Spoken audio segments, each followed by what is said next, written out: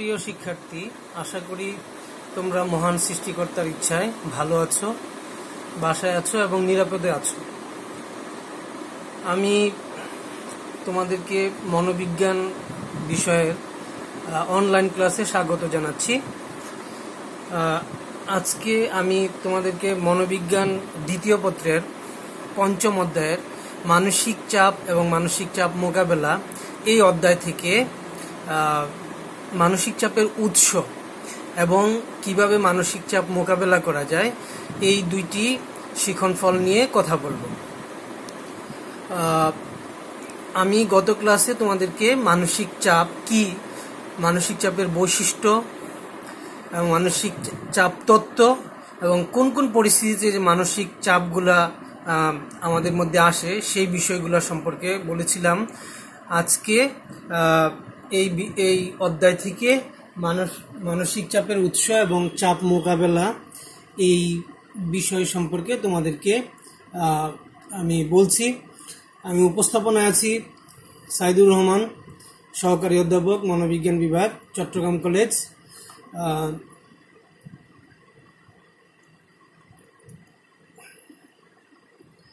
তোমরা জানো মানসিক চাপের তিনটি উৎস আছে। এর মধ্যে একটি উৎস হলো হতাশা, 2 নম্বর উৎস হলো দ্বন্দ্ব, আর একটা হলো কর্মভার। তো আজকে এই মানসিক চাপের অন্যতম যে প্রধান উৎস, সেই উৎসটা হলো দ্বন্দ্ব। এই বিষয় সম্পর্কে আমরা যদি বলি যে দ্বন্দ্ব হলো সাধারণ অর্থে একাধিক বিষয়ের প্রতি ব্যক্তির যে পরস্পর বিরোধী প্রতিক্রিয়া, এটাকেই বলা হয় দ্বন্দ্ব। অর্থাৎ আমাদের মধ্যে একাধিক আকর্ষণীয় বস্তু থাকবে, সেই বা লক্ষ্য থাকবে, সেই বস্তু বা লক্ষ্য থেকে আমরা কোনটাকে গ্রহণ করব, এই গ্রহণ করতে গিয়ে আমরা কনফ্লিক্ট বা দ্বন্দ্বে ভুগে থাকি। তো এখানে দ্বন্দ্বের কিছু সংজ্ঞা তোমাদের বইয়ে আছে, এগুলো তোমরা দেখবা। আমরা এখন দ্বন্দ্বের প্রকার বেঁধে চলে যাচ্ছি। দ্বন্দ্ব 4 প্রকার। এগুলো আকর্ষণ দ্বন্দ্ব, আকর্ষণ বিকর্ষণ দ্বন্দ্ব, বিকর্ষণ দ্বন্দ্ব, দ্বৈত আকর্ষণ দ্বন্দ্ব। তোমরা এই দ্বন্দ্বকে আকর্ষণ এই ইংরেজি ভার্সনটা একটু শিখবে। সেটা হলো অ্যাপ্রোচ কনফ্লিক্ট বলা হয় আকর্ষণ দ্বন্দ্বকে। আর আকর্ষণ বিকর্ষণ যেটা, সেটা হলো অ্যাপ্রোচ অ্যাভয়েডেন্স। আর বিকর্ষণ যেটা, সেটা হলো অ্যাভয়েডেন্স কনফ্লিক্ট। আরেকটা হলো ডবল অ্যাপ্রোচ অ্যাভয়েডেন্স কনফ্লিক্ট।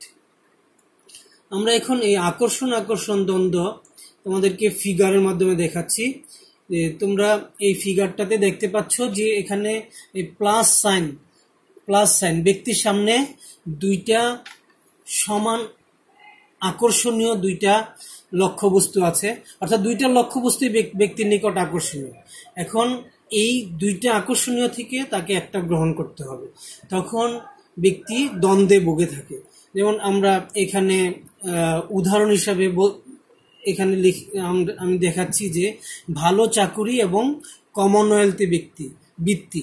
অর্থাৎ একজন ব্যক্তি একটা ভালো মধ্যপ্রাচ্যে একটা ভালো চাকরি পাইলো, ধরো পাশাপাশি সে কমনওয়েলথে বৃত্তি পাইলো, দুইটাই তার কাছে আকর্ষণীয়। এখন সে কোনটা গ্রহণ করতে গিয়ে সে এক প্রকার দ্বন্দ্বে ভুগে থাকে। তারপর আসি আমরা আকর্ষণ বিকর্ষণ দ্বন্দ্ব।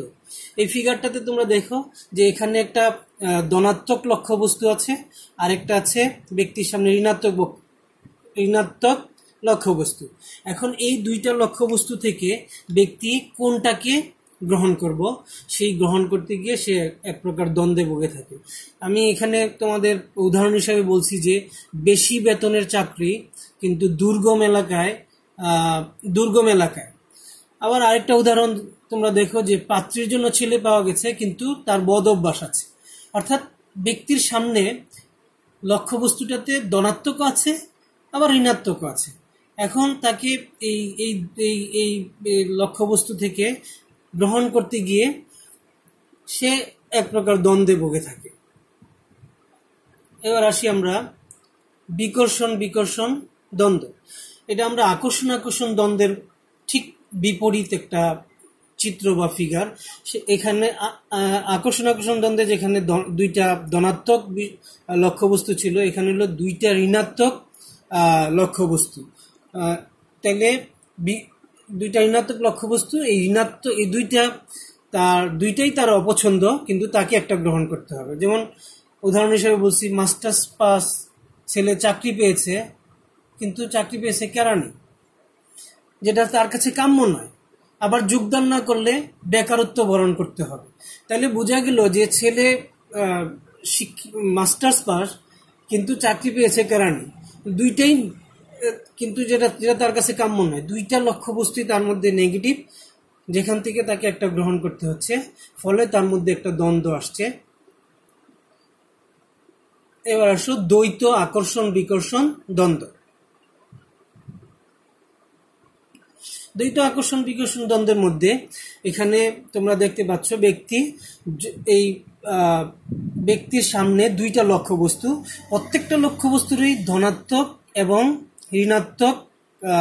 ঋণাত্মক বৈশিষ্ট্য রয়েছে। আবার এইখানেও আরেকটা লক্ষ্যবস্তুর মধ্যে ধনাত্মক এবং ঋণাত্মক বৈশিষ্ট্য রয়েছে। এইভাবে যেহেতু প্রত্যেকটা লক্ষ্যবস্তুর মধ্যে ধনাত্মক এবং ঋণাত্মক দুইটাই রয়েছে, সেই জন্য এটা দ্বৈত আকর্ষণ বিকর্ষণ দ্বন্দ্ব। আমরা এখানে একটা উদাহরণ দিয়েছি। দেখো, মেয়ের বিয়ের প্রস্তাব এসেছে, এমন সময় তার একটি চাকরিও ঠিক হলো। চাকরিটি একটা দূরবর্তী শহরে। নতুন শহরে চাকরির আনন্দের সাথে কিছু ভয়ও আছে। আবার বিয়ে করলে স্বামীর সাথে একটা ছোট বাসায় থাকতে হবে, চাকরিতে যোগদান করা হবে না। এই যে তোমরা যদি এখানে লক্ষ্য করো, যেখানে দুইটা লক্ষ্যবস্তু আছে, প্রত্যেকটার মধ্যেই ধনাত্মক এবং ঋণাত্মক বৈশিষ্ট্য রয়েছে। এইটাকে আমরা দ্বৈত আকর্ষণ বিকর্ষণ দ্বন্দ্ব বলেছি। আমি আশা করি যে এই যে আমরা লক্ষ্যবস্তু গ্রহণ করতে গিয়ে আমাদের মধ্যে এই উৎস থেকে, দ্বন্দ্ব থেকে, কনফ্লিক্ট থেকে আমাদের মধ্যে মানসিক চাপ আসতে পারে। আমি আশা করি যে তোমরা এই দ্বন্দ্ব বলতে কি বুঝো, দ্বন্দ্ব কত প্রকার ও কি এই আলোচনার উপর ভিত্তি করে তোমরা যদি পাঠ্য বইটা দেখো, আমি আশা করি যে তোমরা এই বিষয়টা সম্পর্কে ভালো বুঝতে পারবে। এবার আসো আমরা যে আমাদের যে এই বিভিন্ন উৎস থেকে আমাদের যে চাপ সৃষ্টি হয়, এই চাপগুলো আমরা কিভাবে মোকাবেলা করতে পারি, চাপ মোকাবেলার উৎসগুলো সম্পর্কে আমরা এখন বলবো।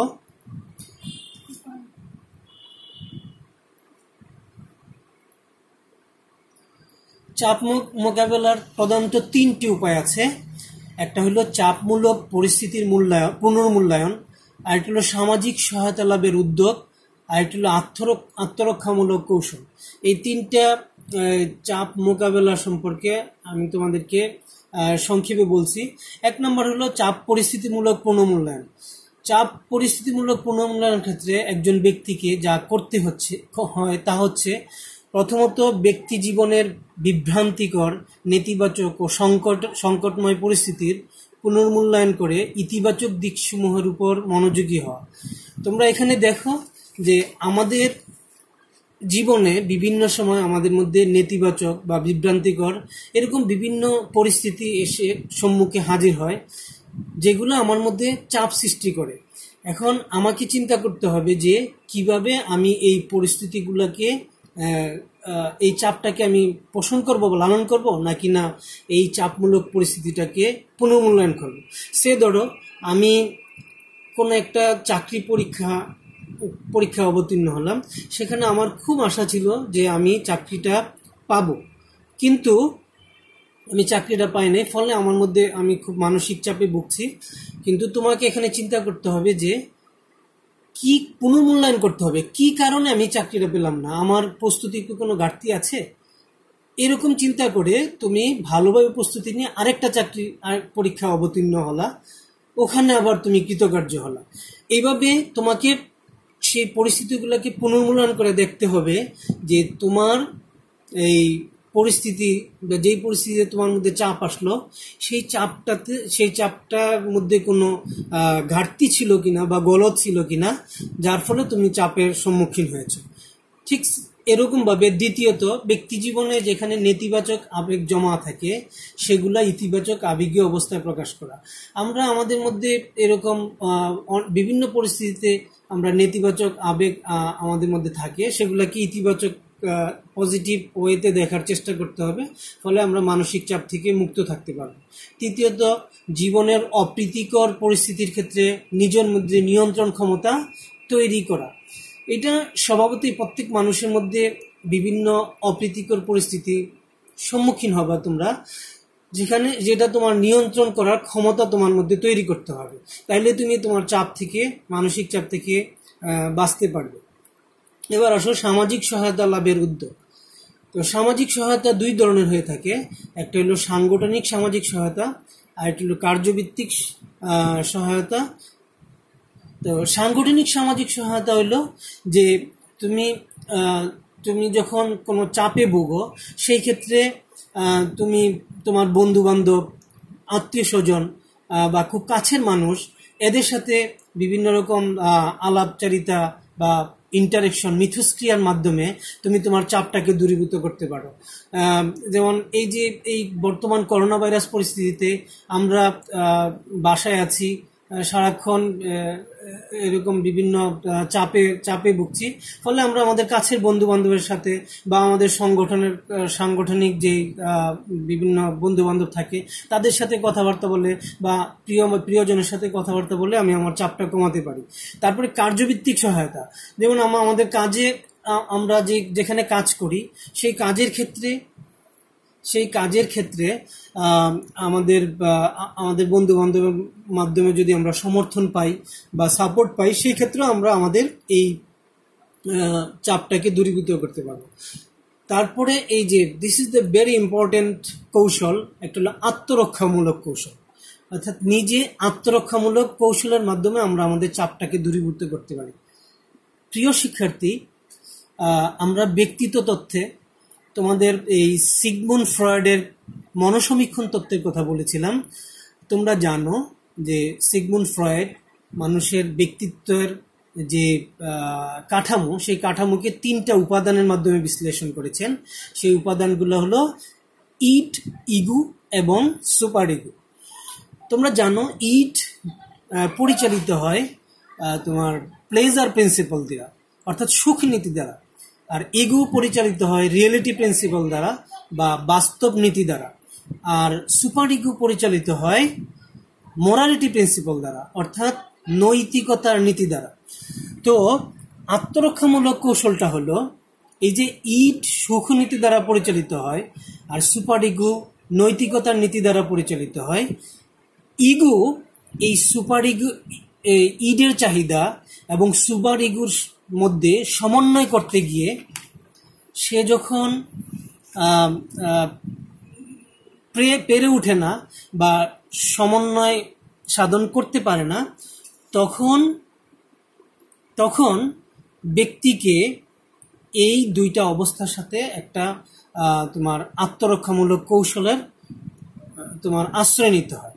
তাহলে বোঝা গেল যে ইগো ব্যক্তির আত্মরক্ষার্থে যে কৌশল অবলম্বন করে সেটাকেই বলা হয় আত্মরক্ষামূলক কৌশল। তাহলে আমরা বুঝতে পারলাম যে এই ইগো ইট এবং সুপার ইগোর মধ্যে সমন্বয় সাধন করতে চেষ্টা করে। সেই সমন্বয় সাধন করতে গিয়ে যদি সেই পরিস্থিতিটাকে সমাধান দিতে ব্যর্থ হয়, তখন ব্যক্তি একটা আত্মরক্ষামূলক কৌশলের অবলম্বন করে থাকে। আমরা এখন এই আত্মরক্ষামূলক কৌশলগুলা কি সেগুলা একটু দেখব। তোমরা একটু দেখো আত্মরক্ষামূলক কৌশলগুলা, এখানে বেশ কিছু আত্মরক্ষামূলক কৌশল রয়েছে।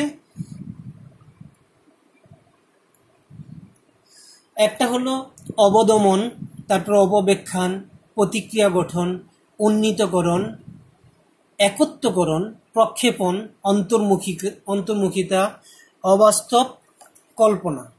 আমরা এখন এই প্রত্যেকটা আত্মরক্ষামূলক কৌশল নিয়ে আমি এক লাইন করে তোমাদেরকে বলবো, যে লাইনগুলা থেকে তোমরা বুঝে রাখবে, তারপরে বই পড়লে আমি আশা করি তোমরা বুঝতে পারবে। তোমরা এই অবদমনের ইংরেজি হলো রিপ্রেশন। প্রিয় শিক্ষার্থী, তোমরা জানো যে আমাদের প্রতিদিনের কাজের মধ্যে কিছু অতৃপ্ত কামনা বা অতৃপ্ত কিছু থাকতে পারে, যেগুলা এই কামনাগুলা, এই যে অতৃপ্ত কামনাগুলা, সেই কামনাগুলা যদি ব্যক্তি পূরণ করতে না পারে তাহলে সে জোরপূর্বক সেটা সে ভুলে থাকার চেষ্টা করে বা তার অবচেতন মনে দাবিয়ে রাখে। অর্থাৎ আমি তোমাদেরকে যদি এরকম ভাবে বলি যে আদি যে চাহিদাটা আছে, এই আদি চাহিদাটা ব্যক্তি তোমার বাস্তবতা অর্থাৎ ইগো বা সুপার ইগোর কারণে সে পূরণ করতে পারে না, ফলে সে তার অবচেতন মনে এটাকে দাবিয়ে রাখার চেষ্টা করে, যেটাকে বলা হয় অবদমন। অর্থাৎ সে যদি তার ইচ্ছাটাকে পূরণ করতে না পারে তবে সে এটাকে জোরপূর্বকভাবে সে মনের অবচেতন মনে দাবিয়ে রাখার চেষ্টা করে, আর এটাকে আমরা বলছি অবদমন। তারপরে আসো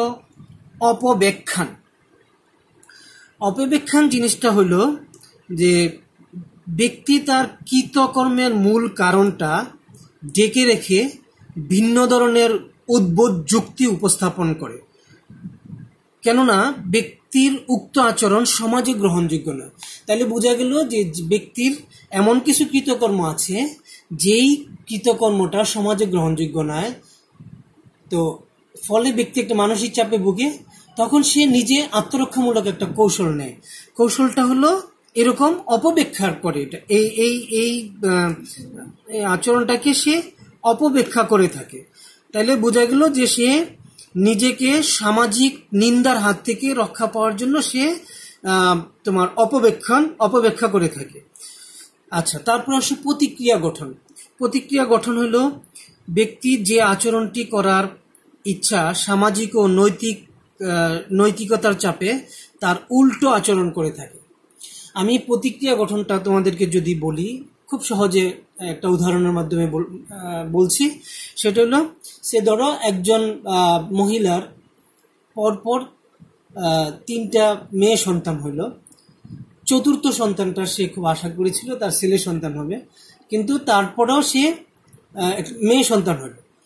এখন তার মনে সে খুব মানসিক চাপে আছে, কিন্তু সেই মেয়ে সন্তানটিকে তার এই মানসিক চাপ দূরীভূত করার জন্য সে আরো বেশি করে আদর করে, খুব বেশি করে আদর করার মাধ্যমে সে তার এই প্রতিক্রিয়াটার তার এই যে রেসপন্সটা গঠন করে থাকে।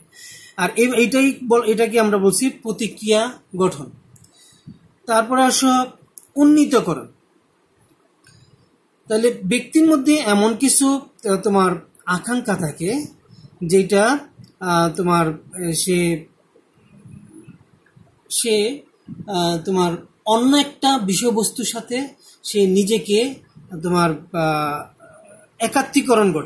একাত্মীকরণের মাধ্যমে সে তার চাপটাকে দূরীভূত করার চেষ্টা করে। তারপরে আসো প্রক্ষেপণ। এই প্রক্ষেপণটা হলো এটা অপব্যাখ্যার পৃথক একটা ধরন বলা হয়। এই ক্ষেত্রে ঈদের যে অতৃপ্ত চাহিদা বাইরের জগতে নিক্ষেপ করা হয়, যেমন বলল যে স্ত্রী তার স্বামীকে ঘৃণা করে, এটিকে সে এভাবে প্রকাশ করতে পারে যে তার স্বামী তাকে ঘৃণা করে, তাহলে এইটাকে আমরা প্রক্ষেপণ বলছি। তারপরে তোমরা এই যে আরো কিছু আত্মরক্ষামূলক কৌশল দেখো, যেমন 8 নাম্বারটা দেখতেছি আমরা, অবাস্তব কল্পনা এমন সব কিছু ব্যক্তি তোমার অবাস্তবভাবে চিন্তা করে, যেগুলা অর্থাৎ সে পড়াশোনা না করে সে A+ পেতে চায়, যেটা তার মধ্যে একটা নিজের একটা আত্মরক্ষামূলক কৌশলের মাধ্যমে সে তার মানসিক চাপটা কমাতে পারে। আমি আশা করি তুমি এই যে আত্মরক্ষামূলক কৌশলগুলো বুঝতে পারছো। প্রত্যাবৃত্তি, রূপান্তর, প্রত্যাহার, ক্ষতিপূরণ, এগুলা তোমরা একটু বই থেকে দেখে নিবে। আশা করি তুমি আমাদের এই ক্লাসটা বুঝতে পেরেছো। তোমরা নিরাপদে থাকবে, বাসায় অবস্থান করবে, বাইরে যাবে না। এই মুহূর্তে বাসায় আমরা যে পড়াগুলো তোমাদেরকে পড়ানোর চেষ্টা করলাম, এগুলা পাঠ্য বই থেকে দেখে এগুলো আয়ত্ত করার চেষ্টা করবে। তাইলে সবাইকে ধন্যবাদ জানিয়ে আজকের ক্লাস এখানেই শেষ করছি।